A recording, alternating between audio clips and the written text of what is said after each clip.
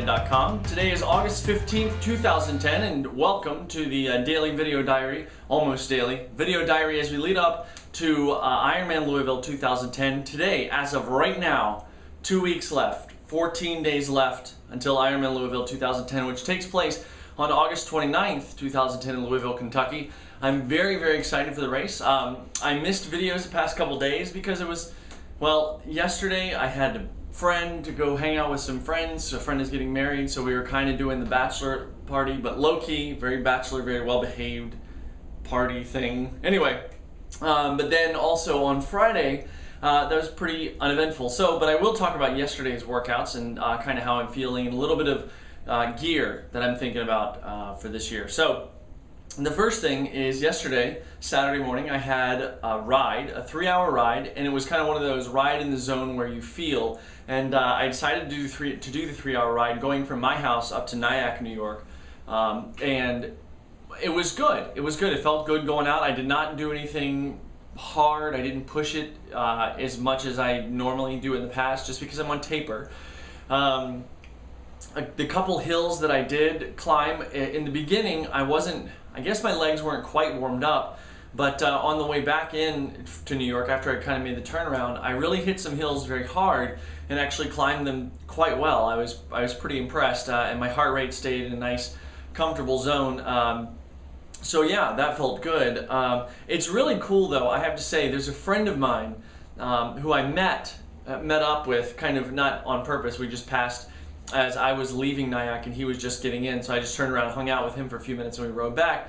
But he has meant so much to me as a cyclist because when I got into cycling, I didn't know anything about it, knew nothing about it other than when you're a kid, you know, you have your bike and you go ride your bike as a kid. And that was essentially the extent of my experience riding a bike. And my buddy Jay, who I met up with, it just reminds me, I haven't been able to ride with him that much this year because as he puts it, when I go out to ride, I'm training. When he goes out, he's riding. So it was nice to not have a particularly intense ride that I was on, even though, yes, it was a training ride, so that he would come along with me, and that was really nice. And it was nice riding with someone who really has meant a great deal to me as a cyclist because, again, I didn't know that much, and whenever I wanted to know something, whether it be mechanical or bike maintenance or what have you, I could go to Jay and I could say, hey, what's this? How does this work? What do I need for this? And so on and so forth. So he's just meant a lot to me in that vein over the past few years since we've known each other and been friends. So that just meant a lot to be able to ride with him yesterday. And it just was great. When I got back home, my buddy Bobby, who's from ironbobby.com, Iron Bobby, it's his bachelor party. He's getting married on September 11th in Los Angeles. And so he was here in New York for the bachelor party. And again, it was very low-key. Trust me, it wasn't anything. It was a late night, but I did not drink heavily. I think I had maybe 3-4 beers at most over the course of like 7 hours. So I'm trying to, behave and be good and all that. So, but when I got back, Bobby and we went for, I had an hour and a half, I think, run scheduled. And so we went out and he went with me. And again, he's from Los Angeles, Santa Monica to be exact, although he lives in NoHo now, I think. Anyway, and so we went out for this run together, and he's used to the no/low humidity in LA, where he is anyway. And while it was a reasonable temperature here in New York yesterday on Saturday, it was still a lot more humidity than he's used to, and it really hammered into him. But it was nice though to run with somebody that wasn't going particularly hard, because the run for me wasn't going to be supposed to be particularly hard. But I'm one of those people that goes out and inadvertently goes too hard all the time, until recently when my coach got on me about it and reminded me that I can't do that. So it was very nice to have someone there that was really keeping my pace in check, because not that he couldn't keep up, but had he tried to keep up for the entire 8.5 miles that we ran, well, he just probably couldn't have done it, because he's not training for anything right now. So that was very nice to go run with him and keep things in check, and it's just been a glorious weekend of weather here in New York. Right now it's raining, but I guess you take the good with the bad. And so but I didn't have anything today. Today was a day off, complete day off, and it was great. Danielle, my wife, and I, we kind of laid around, we played with the baby, we hung out and all this kind of stuff, and so that was very, very nice. Tomorrow, I'm not sure of my workout schedule this week, but I do know that I'm in taper now. So it will be significantly less. I feel like personally I need to spend maybe an extra day in the pool this week, but that's just a personal thing, because I have bigger expectations of myself than most people have, just because my swimming background is where I'm strongest.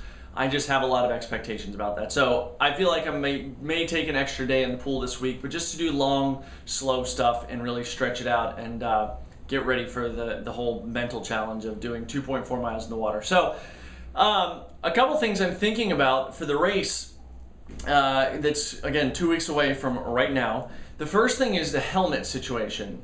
I have 2 helmets that I'm going to be choosing from, I believe, this year. I'm going to be choosing from the Giro Advantage 2, which is an aero helmet, and I'll actually try to bring that on video in the next couple days here.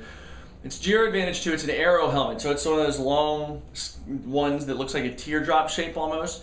And then the other one is a specialized, I think it's called Propero, so it's just a general road helmet.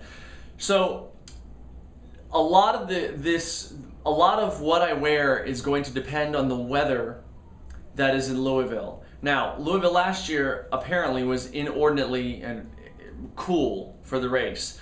If it's around 80 degrees, give or take, 80 or less, I think I can deal with the aero helmet and it'll be fine. The aero helmet, it's made by Giro, again, the Giro Advantage 2, is still very well vented for what it is. It's got 5 large-ish vents about an 1.5 inches long by like a 1/2 inch wide on the top here on the head, and it vents underneath your head and forms actually a little wind pocket, little pocket of air right behind your head, and it actually keeps you pretty cool, very cool for what it is, but still not as cool as a road helmet. So I'm thinking about that. Otherwise, if the temperature does not allow, and I'm going to really be watching out for heat and things like that, then I will likely be wearing the better vented road helmet. So that's what I'm thinking about in terms of helmet right now. I do have this headband called the Halo, and it's just a general headband, which I'm not a fan of wearing all the time. But on the bottom part of it, it's got this it feels like a faux leather, and basically it's something that creates a seal on your forehead so that any sweat runs like this. It doesn't come down into your eyes, and I'm a pretty big sweater, so that's actually a huge help. So whatever helmet I'll be wearing that underneath. The other thing I'm thinking about is what shoes to wear. Now, I have 2 pairs of Newton Gravitas trainers. Now, here's the thought, is that my first pair, which is the older pair, has over 600 miles on them. They're still in fine, decent working condition. They look a little bit rough because of what they went through at Mooseman 70.3 earlier this year. Got quite muddy, but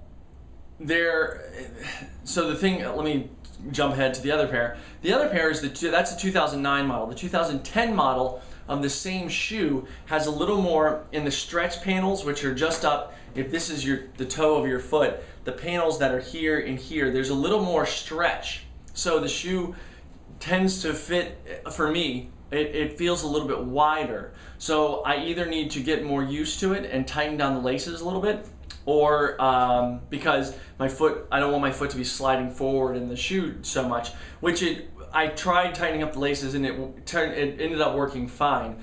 So I'm debating between that or the 2009 pair, which may or may not hold up as well as I want to. So those are a couple things that I'm thinking about right now, which shoes to go with. I'm definitely going to be wearing the Sole, S-O-L-E. You can go to yoursole.com. Sole socks. There are 2 pairs of socks that I'm probably just going to be wearing one, and the second pair is going to be kind of a backup pair. They're both, the inner part of the sock is just it's like butter. I mean, it's amazingly soft. It feels seriously like cashmere. But then the pair that I'm going to be wearing from the beginning is going to be a double-walled sock. So there's essentially 2 layers of sock, but it's built in such a way that it's very, very cooling. It really wicks very well any moisture that fits in there. And the inner layer of the sock is meant to really encapsulate your foot. I don't want to say very tightly and have you thinking that it's cutting off blood flow or something, but it just really cradles your foot very well, the sock. And so that layer doesn't move. But if your foot moves, it's going to move within the second layer of the sock.